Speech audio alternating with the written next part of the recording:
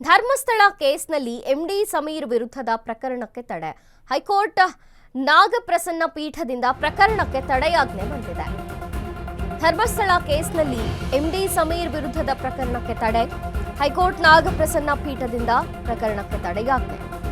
ಸಮೀರ್ ವಿರುದ್ಧ ಸ್ವಯಂ ಪ್ರೇರಿತವಾದಂತಹ ಕೇಸ್ ದಾಖಲಿಸಿದ್ದಂತಹ ಧರ್ಮಸ್ಥಳ ಪೊಲೀಸರು ಮತ್ತೆ ಅಂಥ ವಿಡಿಯೋ ಮಾಡಲ್ಲ ಅಂತ ಸಮೀರ್ ಅಫಿಡವಿಟ್ ಹಾಕಬೇಕು.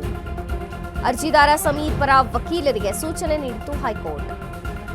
ರಾಜ್ಯ ಸರ್ಕಾರಕ್ಕೆ ನೋಟಿಸ್ ಜಾರಿ ಮಾಡಿದ ಹೈಕೋರ್ಟ್ ನ್ಯಾಯಪೀಠ ಏಪ್ರಿಲ್ 22ಕ್ಕೆ ವಿಚಾರಣೆಯನ್ನ ಮುಂದೂಡಿಕೆ ಮಾಡಿದ ನ್ಯಾಯಮೂರ್ತಿ ನಾಗಪ್ರಸನ್ನ ಪೀಠ. ಧರ್ಮಸ್ಥಳ ಕೇಸ್ನಲ್ಲಿ ಸಮೀರ್ ಮಾಡಿದಂತಹ ವಿಡಿಯೋ ಬಹಳಷ್ಟು ವೈರಲ್ ಆಗಿತ್ತು ಮತ್ತು ವ್ಯಾಪಕವಾದಂತಹ ಚರ್ಚೆಗೂ ಕಾರಣವಾಗಿತ್ತು. ಈಗ ಸಮೀರ್ ವಿರುದ್ಧದ ಪ್ರಕರಣಕ್ಕೆ ತಡೆ. ಹೈಕೋರ್ಟ್ ನಾಗಪ್ರಸನ್ನ ಪೀಠದಿಂದ ತಡೆಯಾಜ್ಞೆ. ಸಮೀರ್ ವಿರುದ್ಧ ಸ್ವಯಂ ಪ್ರೇರಿತ ಕೇಸ್ ದಾಖಲಿಸಿದಂತಹ ಧರ್ಮಸ್ಥಳ ಪೊಲೀಸರು ಮತ್ತೆ ಅಂಥ ವಿಡಿಯೋ ಮಾಡಲ್ಲ ಅಂತ ಸಮೀರ್ ಅಫಿಡವಿಟ್ ಹಾಕಬೇಕು. ಅರ್ಜಿದಾರ ಸಮೀರ್ ಪರ ವಕೀಲರಿಗೆ ಸೂಚನೆ ನೀಡಿದ ಹೈಕೋರ್ಟ್.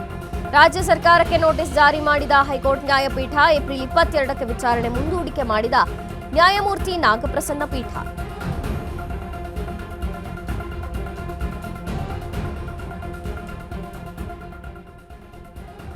ಧರ್ಮಸ್ಥಳದ ವಿಚಾರ ಭಾರಿ ಚರ್ಚೆಗೆ ಕಾರಣವಾಗಿತ್ತು ಈ ಹಿಂದೆ.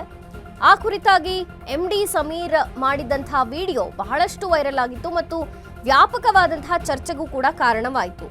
ತದನಂತರ ಈಗ ಎಂಡಿ ಸಮೀರ್ ವಿರುದ್ಧದ ಪ್ರಕರಣಕ್ಕೆ ತಡೆ ಬಂದಿದೆ. ಹೈಕೋರ್ಟ್ ನಾಗಪ್ರಸನ್ನ ಪೀಠದಿಂದ ಪ್ರಕರಣಕ್ಕೆ ತಡೆಯಾಜ್ಞೆ ಸಿಕ್ಕಿದೆ. ಸಮೀರ್ ವಿರುದ್ಧ ಸ್ವಯಂ ಪ್ರೇರಿತವಾದಂತಹ ಕೇಸನ್ನ ಧರ್ಮಸ್ಥಳದ ಪೊಲೀಸರು ದಾಖಲಿಸಿಕೊಂಡಿದ್ರು. ಮತ್ತೆ ಅಂಥ ವಿಡಿಯೋ ಮಾಡಲ್ಲ ಎಂದು ಸಮೀರ್ ಅಫಿಡವಿಟ್ ಹಾಕಬೇಕು. ಅರ್ಜಿದಾರ ಸಮೀರ್ ಪರ ವಕೀಲರಿಗೆ ಸೂಚನೆ ನೀಡಿದ ಹೈಕೋರ್ಟ್. ಇನ್ನು ರಾಜ್ಯ ಸರ್ಕಾರಕ್ಕೆ ನೋಟಿಸ್ ಜಾರಿ ಮಾಡಿದಂತಹ ಹೈಕೋರ್ಟ್ ನ್ಯಾಯಪೀಠ ಏಪ್ರಿಲ್ 22ಕ್ಕೆ ವಿಚಾರಣೆಯನ್ನ ಮುಂದೂಡಿದೆ.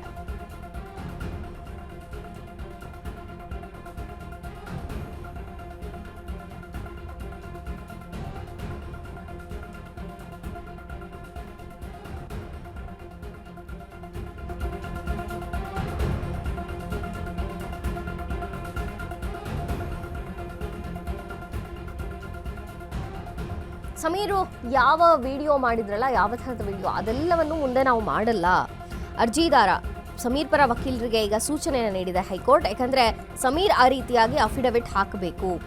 ಅಂಥ ವಿಡಿಯೋನ ಮತ್ತೆ ಮಾಡಲ್ಲ, ಮತ್ತೆ ಈ ಥರದ ವರ್ತನೆ ರಿಪೀಟ್ ಆಗಲ್ಲ ಅನ್ನುವಂಥ ರೀತಿಯಲ್ಲಿ ಅಫಿಡವಿಟ್ ಹಾಕಬೇಕು. ಅರ್ಜಿದಾರ ಸಮೀರ್ ಪರ ವಕೀಲರಿಗೆ ಸೂಚನೆಯನ್ನು ನೀಡಿದೆ ಹೈಕೋರ್ಟ್. ಸಮೀರ್ ವಿರುದ್ಧ ಸ್ವಯಂ ಪ್ರೇರಿತವಾಗಿ ಧರ್ಮಸ್ಥಳ ಪೊಲೀಸರು ಕೇಸನ್ನು ದಾಖಲಿಸಿಕೊಂಡಿದ್ರು. ಕೇಸ್ಗೆ ಈಗ ತಡೆಯಾಜ್ಞೆ ಸಿಕ್ಕಿರುವಂಥದ್ದು. ಹೈಕೋರ್ಟ್ ನಾಗಪ್ರಸನ್ನ ಪೀಠದಿಂದ ಪ್ರಕರಣಕ್ಕೆ ತಡೆಯಾಜ್ಞೆ ಸಿಕ್ಕಿದೆ. ಇನ್ನು ರಾಜ್ಯ ಸರ್ಕಾರಕ್ಕೆ ನೋಟಿಸ್ ಜಾರಿ ಮಾಡಿದೆ ಹೈಕೋರ್ಟ್ ನ್ಯಾಯಪೀಠ. ಏಪ್ರಿಲ್ 22ಕ್ಕೆ ವಿಚಾರಣೆ ಮುಂದೂಡಿಕೆ ಮಾಡಿದೆ ನ್ಯಾಯಮೂರ್ತಿ ನಾಗಪ್ರಸನ್ನ ಪೀಠ.